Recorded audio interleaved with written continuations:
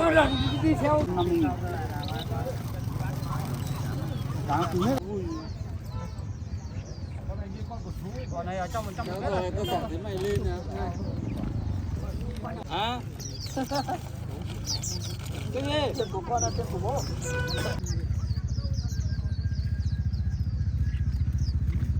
Trăm. Trăm gió bắt rồi nghe hót. 8 lít. 8 lít. Hai máy. 8 lít á, 8 lít cân một.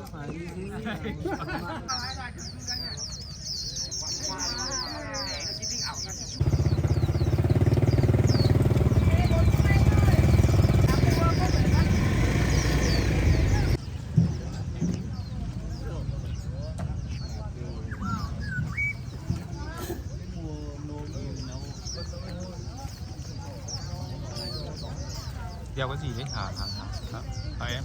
Đeo vòng chân. Cho nó đẹp cái gì?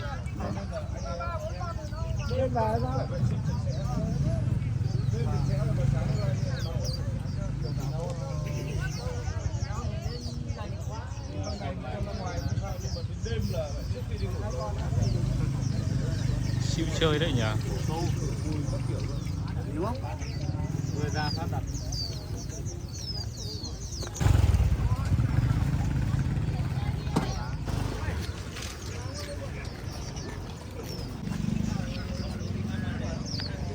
Vẫn đang nghỉ à em? Dạ.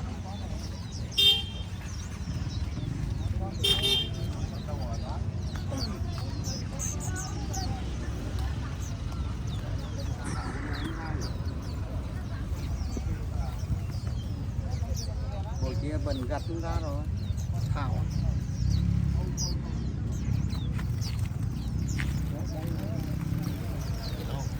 Để sáng bảo lực cái này chứ.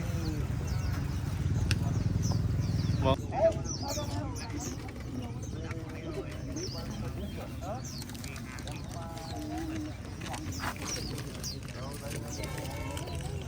Hả? Cái gì? Chân của con là chân của bố. Hả? Chân của bố đâu có là chân của con không? Cái này là chân Việt Nam, còn cái này chân Trung Quốc này. Quyên này là quyên Việt. Từ đâu là cái quyên Trung Quốc sang? Đúng rồi.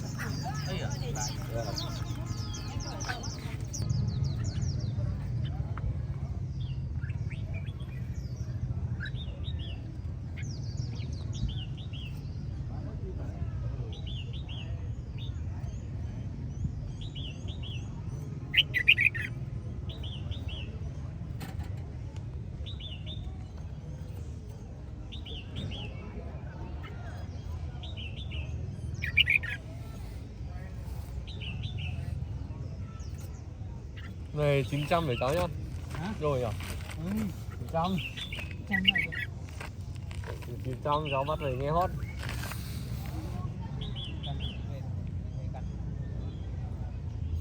Gặt đang kiếm đúng không? Mùa này đang kiếm, gặt đang kiếm. Một xào nó bán rưỡi. Ruộng đổ hết không máy được. Biết chưa?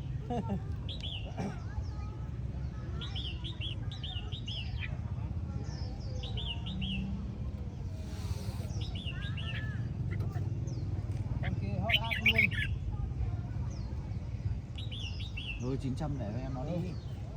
900 Không ơi 800 để em. Nhá. nào nó có giá đây.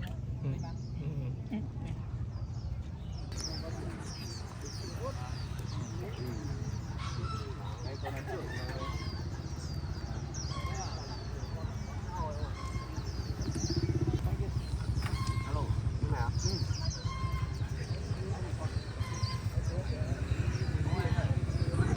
Em đây là chợ gì nhỉ? Chợ Trung Quân. Khu đấy chợ Trung Quân.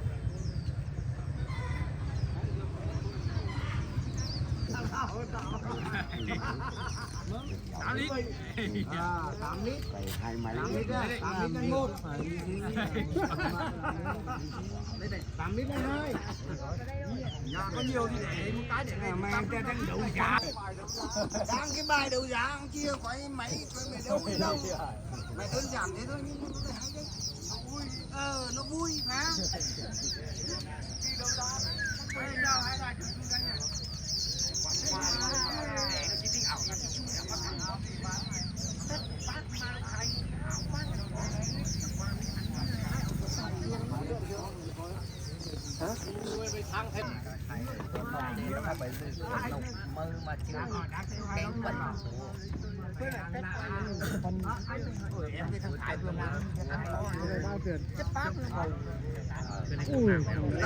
Nó chỉ lấy để đơn đánh bạc rất kẹo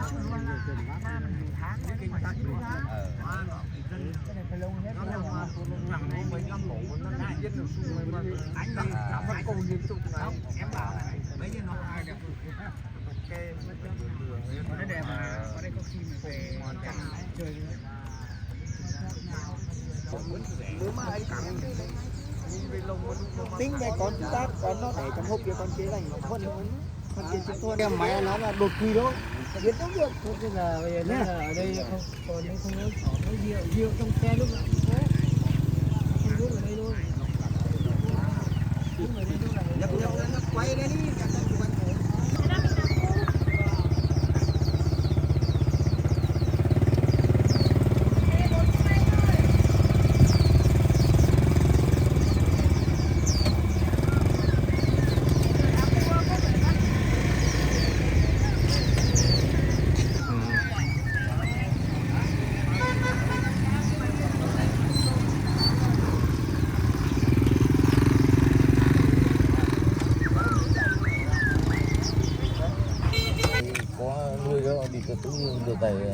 biết chưa? Thích gì nữa.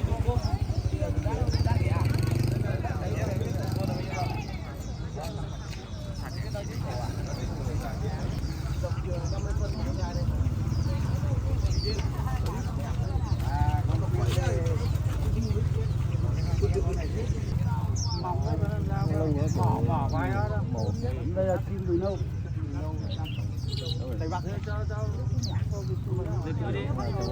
Còn trống hết, còn nói đi hết rồi. Năm đáng cứu hết rồi. Đùi nâu con mái đây là quả. Còn này ở trong 100 mét rồi. Tôi bỏ cái này lên nè. Chọn với tấm mua 2.000 tấm gà nhỉ? Con đánh cho anh xem cái đánh chết. Sao lại lấy được nhau? Từ bé mới được. Bây giờ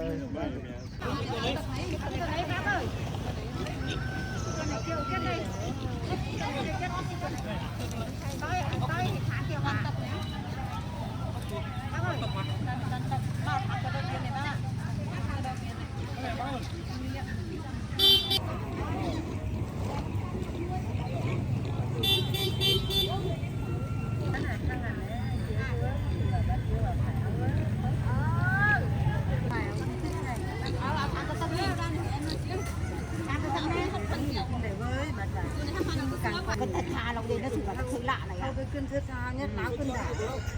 Tôi khẩu cái này.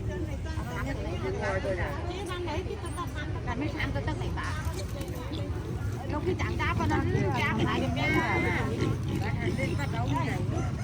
Hai con này, hai con này, hai con đực, cần mua vừa bán, phải không phải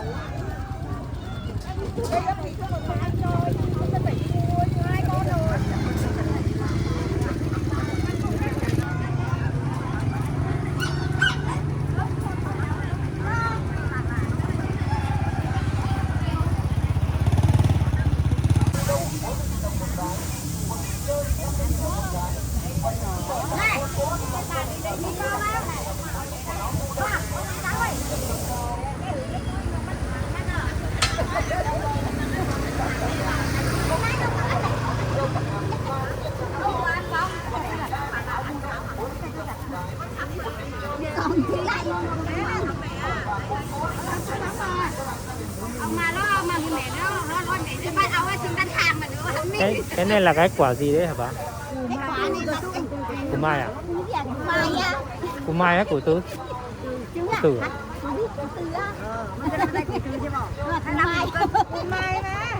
Ồ, chắc này củ lắng à, cắn nóng chay băng hơn. Bao nhiêu hơn đây?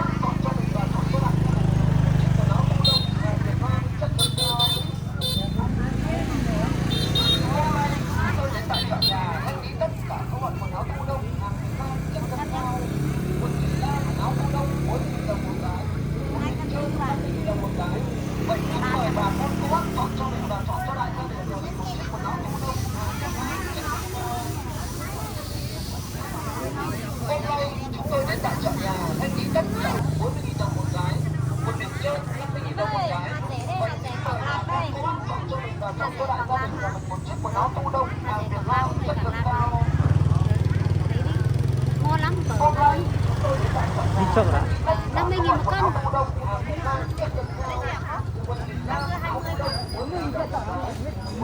Anh cho bao nhiêu mà ý? 15.000 mấy ít thôi. 15.000 bán đó. Không cần vẽ đâu bác ơi, mở trên đấy hết. Rồi, bác ạ.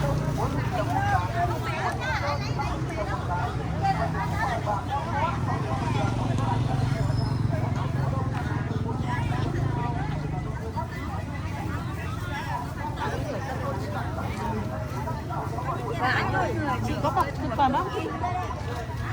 Có một con lấy mà Đấy, cho lấy 20.000 thôi.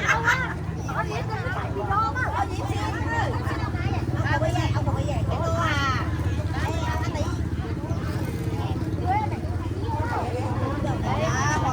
anh tí kim này em ơi không là hay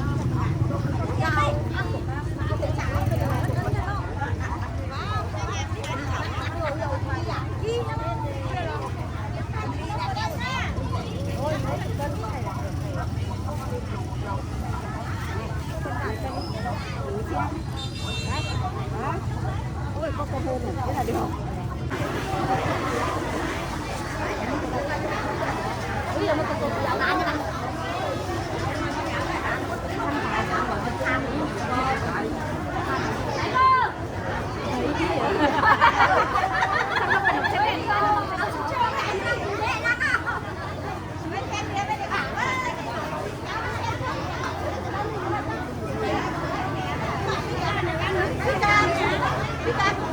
bỏ lỡ những video hấp dẫn.